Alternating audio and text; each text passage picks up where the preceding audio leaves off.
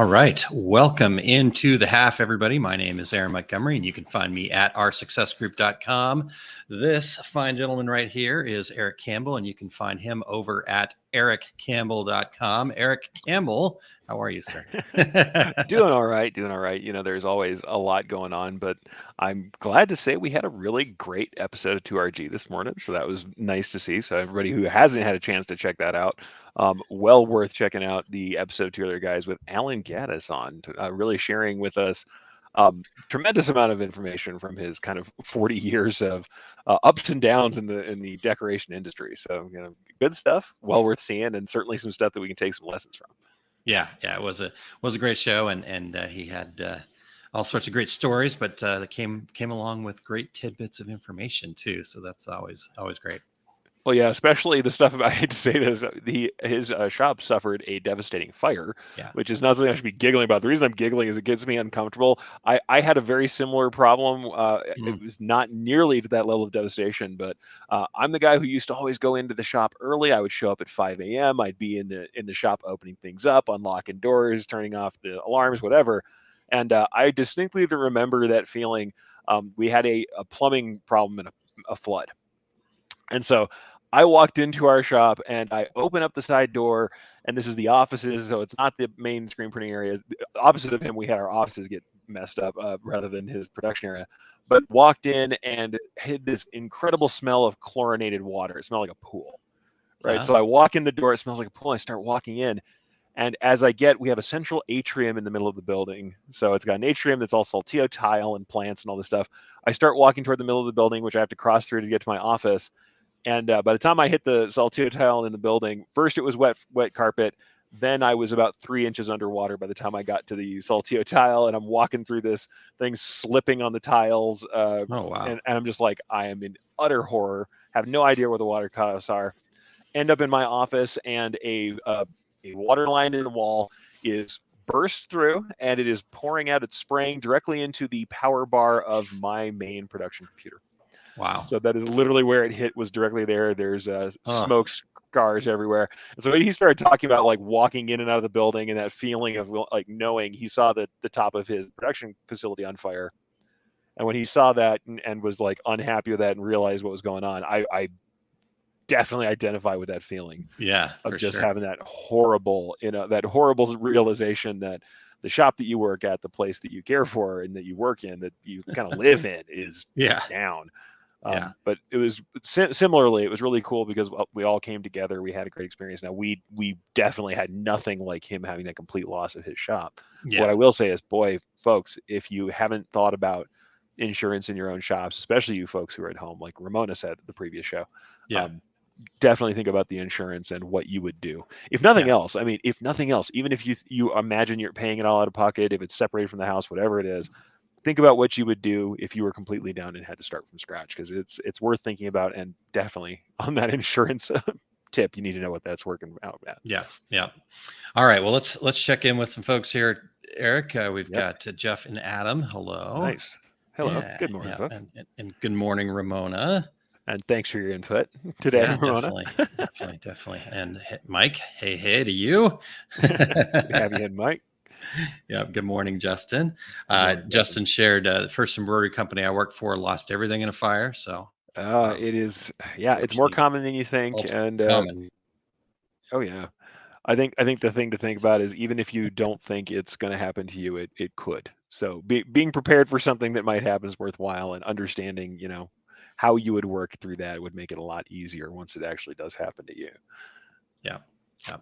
All right. Well, I'm not sure how we're doing here, Erich, if my Wi-Fi is hanging in or not, but it is what it is. So yeah, you're dropping out a bit. You're getting a little robot voice, but we'll carry on. We'll carry on. Then it has never stopped me from talking. So if I have to, I will soldier on and fill any uncomfortable spaces or silence as people know of me. Okay. All right. Well, if you can hear me, then we can let's right now.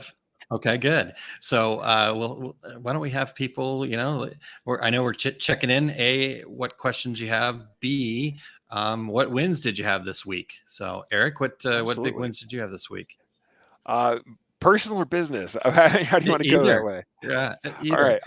I'll go personal. I've been on a kind of journey to try and recapture some of my health, and I'm about 18 pounds down from where I started. Now, I am a huge human being, so that is going to be a long time before I'm anywhere near normal.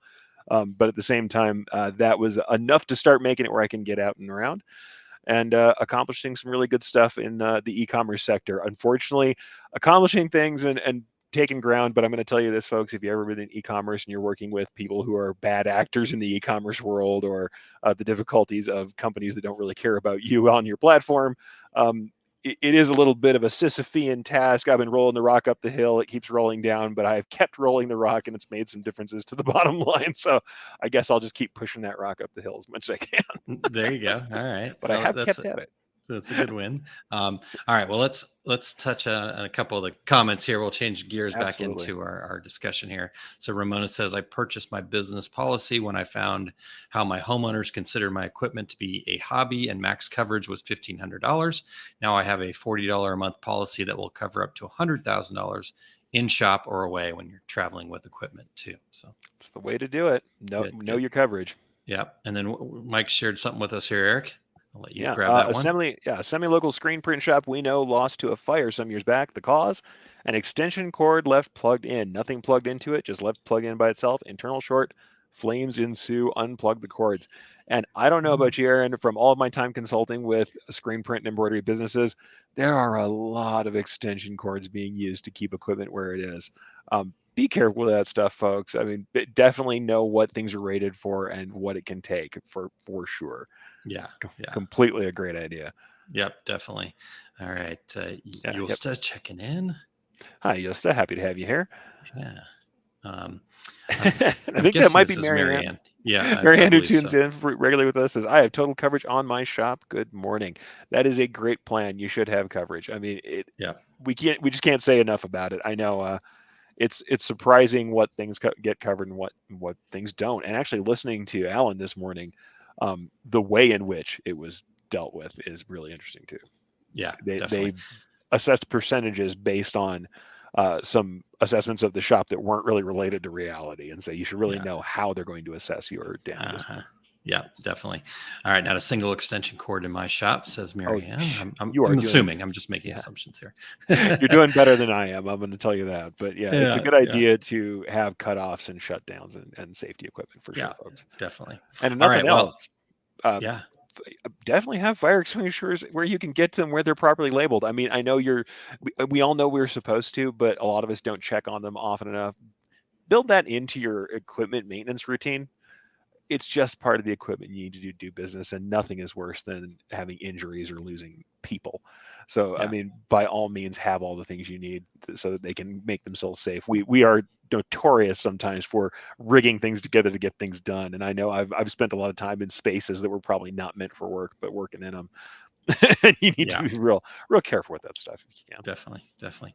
Chuck, good afternoon, and good morning to Joe Rita as well. Morning, Joe Rita. So, well, like I mentioned earlier, if you could have heard me at that point, hopefully it's still coming in clear. We seem to be back to a better space here. So what wins did you guys have? What things are going on in your world out there? What questions do you have for Eric or herself here? That's the whole point of the half is to have an opportunity to engage with you guys and chat, and appreciate everybody already jumping in. So for the same reasons, we'll have to ask you too, Aaron, what kind of wins do you want to celebrate this week? Yeah. So let's see here. Let's just make sure I'm sure they can see each other, and this is just a reply, but Ramona talking to Joe Rita. So hopefully she's feeling better. Take care, Joe Rita. So yeah, man, there's been, I got to pick one, right? I mean, that's the favorite right now. It's hard. So, all right. So the big one for me is getting the 5 Keys workshop out there and up, and got all the, as everybody knows, when you're doing something a little bit new, there's, it's like, oh, cool, let's put it out there. But then there's all the background stuff. Oh, thank you very much, Eric. So got all the background stuff done too. So got the website up, got all the sequence emails ready for people that sign up, and just excited about it. The 5 Keys of Marketing is something that we've done for the last 2 years with our success group. And so we get better each time, and it evolves a little bit. And so we've decided that this needs to be, what we discovered is lots of great information, not enough people taking action. And so we said, let's change this, make this more workshop style to where it's 5 nights, an hour each night. So it's not the big long hour and a half, so probably more like 45 minutes and then a little bit of Q&A. And it's going to be, here's the actions that you need to take. Here's here's how you're going to figure out who your ideal customer is. Getting to that customer avatar place is the first night. Second night is really kind of defining our brand, what's important to us, because then we can use those 2 things from the first 2 nights to then in the next day, figure out which strategies we want to be using. Right. Yeah. I know you probably get this question all the time too, Eric, of which platform should I be on? What should I be doing? All of that kind of stuff. Right. And the answer to that question is different for everybody. So of course it is. I can't sit here and tell you, well, Eric, you should be on TikTok. I don't know why you're not on TikTok, because that might not be where people that want to engage with Eric are, right? So if anybody's out there just saying, if you're not doing Facebook ads, your business is going to fail. Baloney. No. Well, we also know people who aren't doing tremendous amounts of advertising at all. It can be a lot of it can be word of mouth. And honestly, in this screen print industry, in the embroidery industry, there's still a ton of people living on word of mouth. But what I think is vital is especially stuff you teach where you worry about where your customer is, who they are, what they need.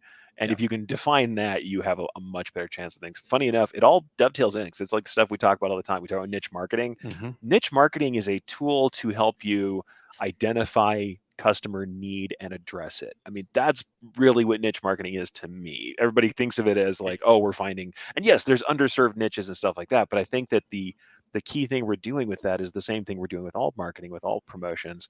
It's looking at what we can do to provide actual value and perceived value to a customer and finding out where they are so we can get that message in front of them and then refining that message. That's all and honestly, it's universal in any business. I can thoroughly imagine someone going through all that training for decoration and then having somebody side hustle like Alan this morning, where he was head a taxi company. Like he had all these different ventures he was into.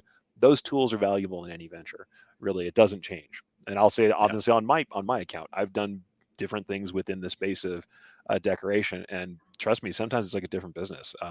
Company stores versus online retail versus resort wear versus custom. It's all a different business, but a lot of those underpinnings are there for all of them.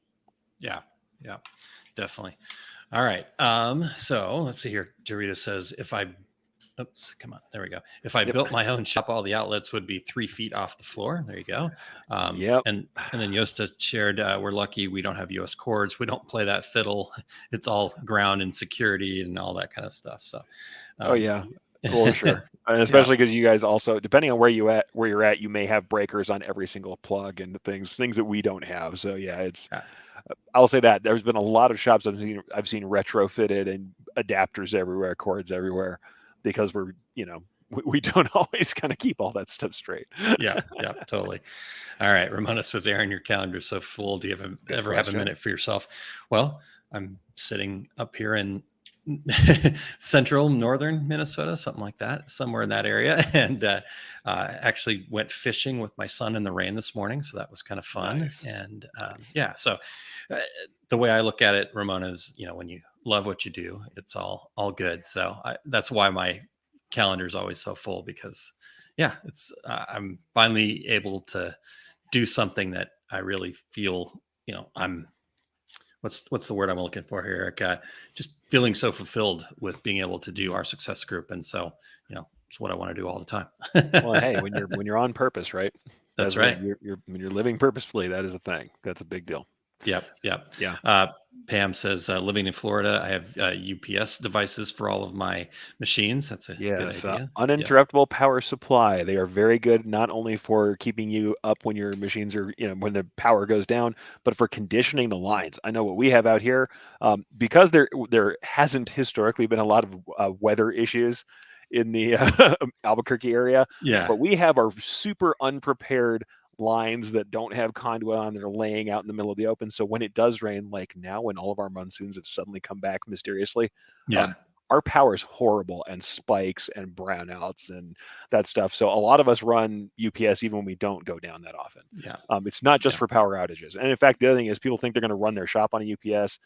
you're going to gracefully exit on a UPS. You're not going to run your shop for the day on those batteries. What you're going to do is be able to shut down and get out and unplug before bad things happen to you. Yeah. And with a lot of printers, they need that shutdown to seat the heads, right? And that happens especially with a lot of the wider format printers, that if they don't seat those heads, or a DTG or DTF printers, they got to seat those heads, and that's where a UPS, like you said, it allows you to close down gracefully, not run your shop. I very luckily I had a setup on one of my systems where I had it automatically set up because the UPS also had sensing on it, and it was connected via USB back to the computer that was running the whole station. So what would happen is once it went on power off, it would run an automated program over the computer to shut everything down. And it's like, that is a much nicer way for everything to cut off than straight. It's luckily these days your hard drives don't crash the same way they used to. There's more protection. When I started this in the business, if you cut your power off immediately, the read heads on your hard drive would just crash to the platters. And if something was there, well, hey, we probably have damage to your drives, and God's know it'll happen. These days, it's a lot more generous. And I'll tell you, honestly, a lot of people are working on laptops like their desktops. Lovely thing about that is the battery power on the laptop is like its own little backup. I know I've survived many a bad time with that one.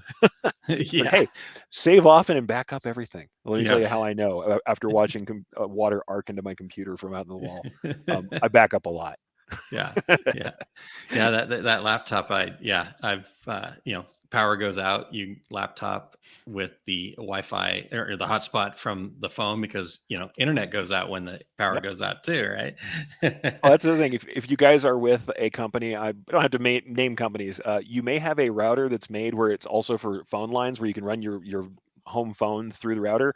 A lot of those have batteries in them and keep on running. And some of them, even if you don't own the phone service, you can buy the battery that goes into that router from the company and plug it in so that you get a little bit of grace time on your internet.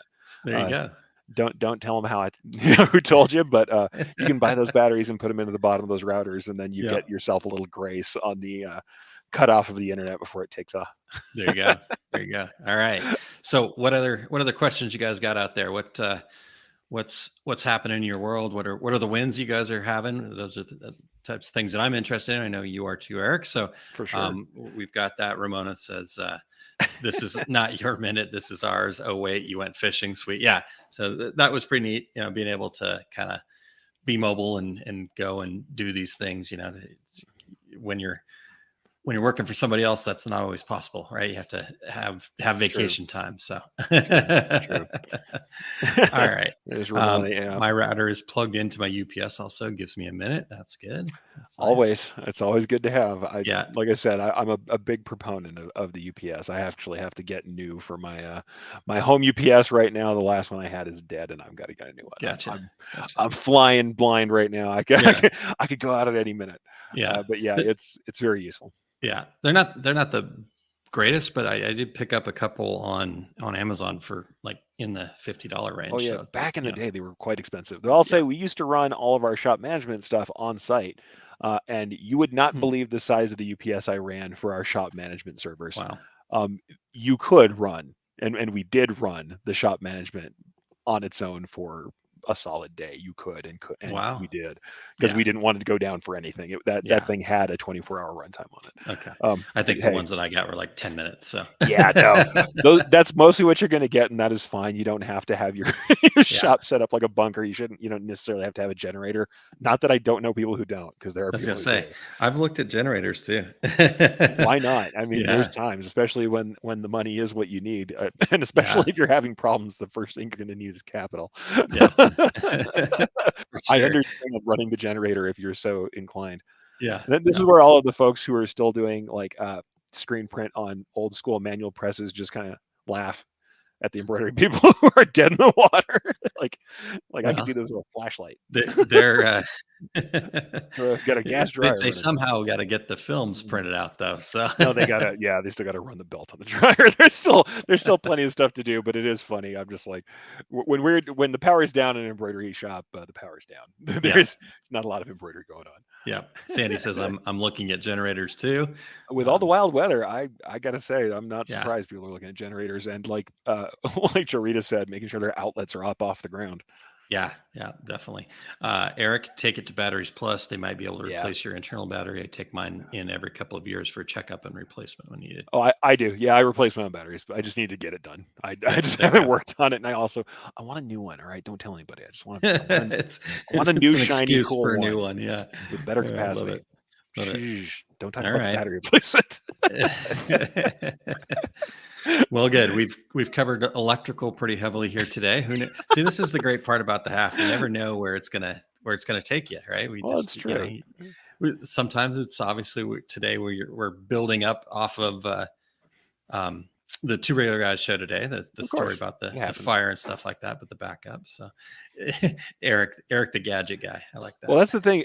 What people don't know about me, like I started out in this industry because I was fixing the boss's computer at a shop. Believe it or not, my mom worked at a shop in the warehouse where they were producing art prints on shirts. So it was actually, they would license artists and they were printing artist prints on shirts. So really high end screen printing. And the boss back in the day, old school little laptop. We're talking about the AOL dial-up internet days, couldn't figure anything out. And I, at 12, 13 years old, was the guy they called to come fix all the computers.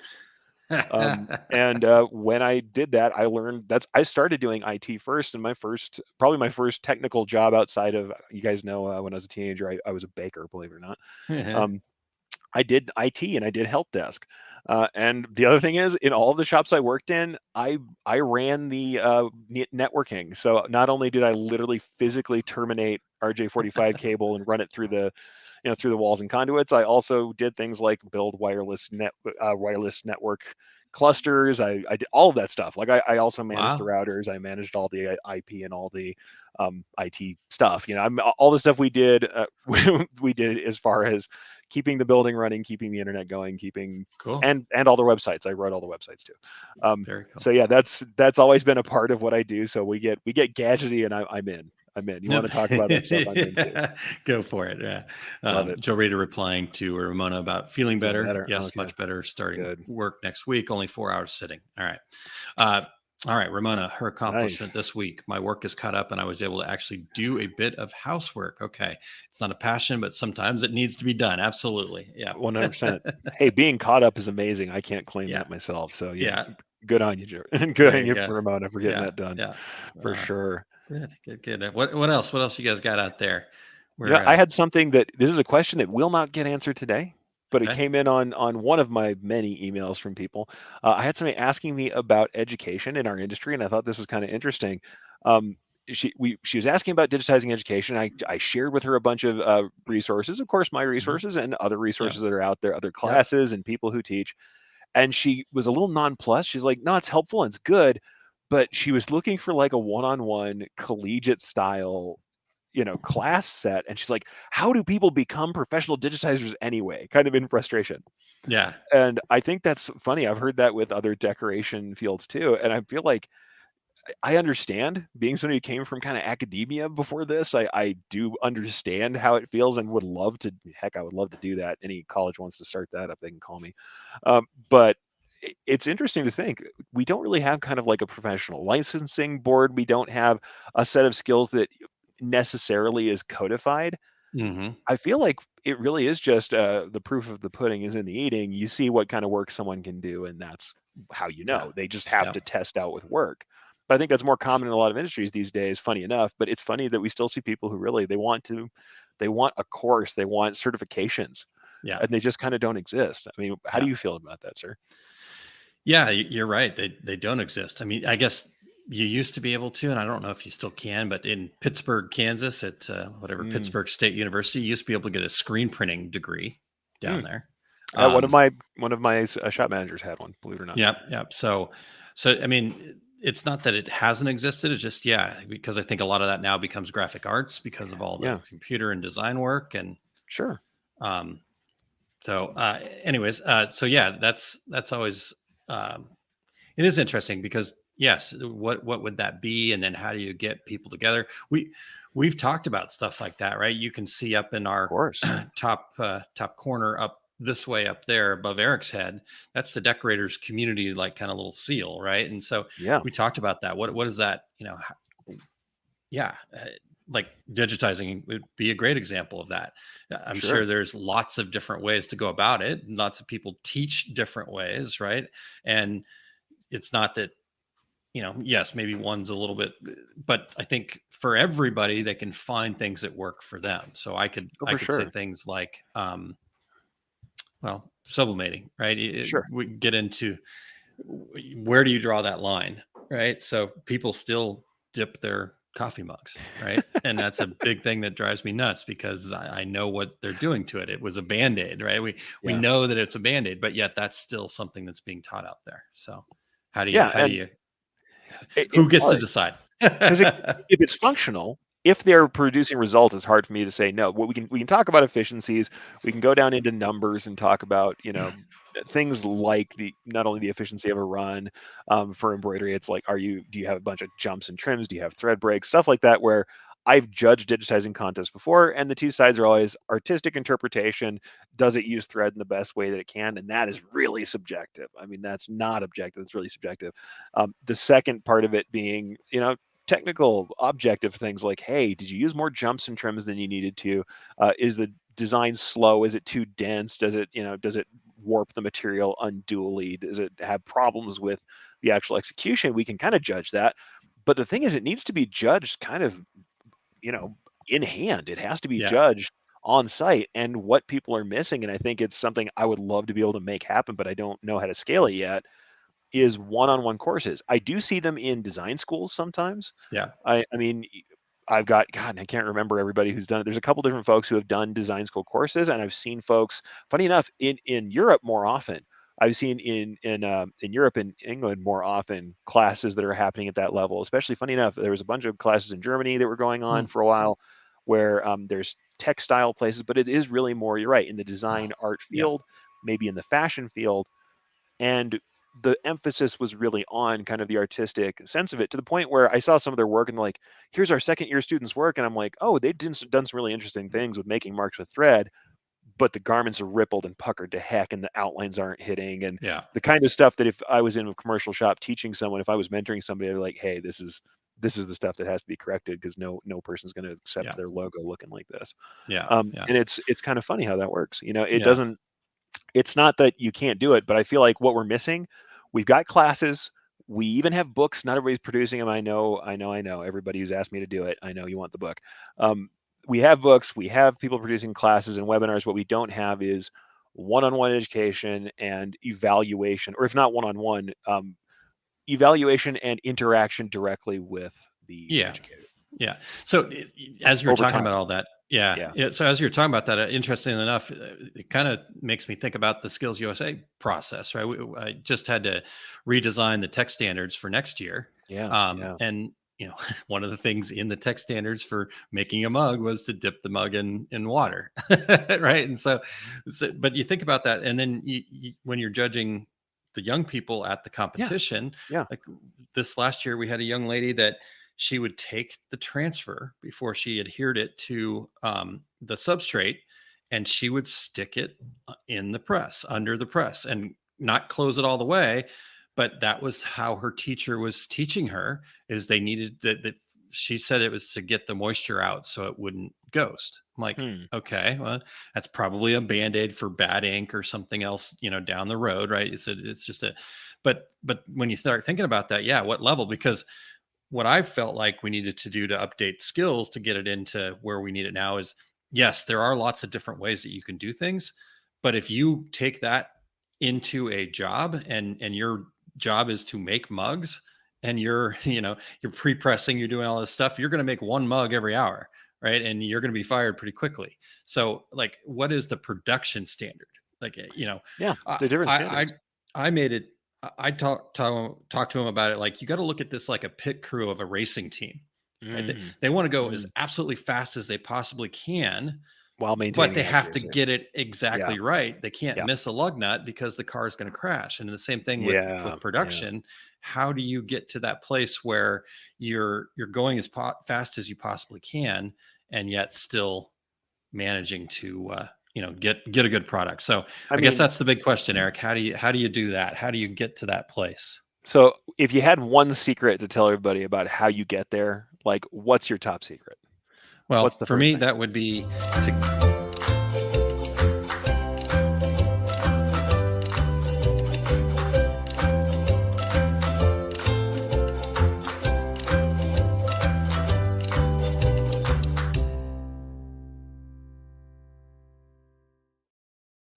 Just gonna have to wait till next week, folks. We finally set it up right. All right, have a good one, everybody. Erich, have a great take up. And have a good time out by the lakes.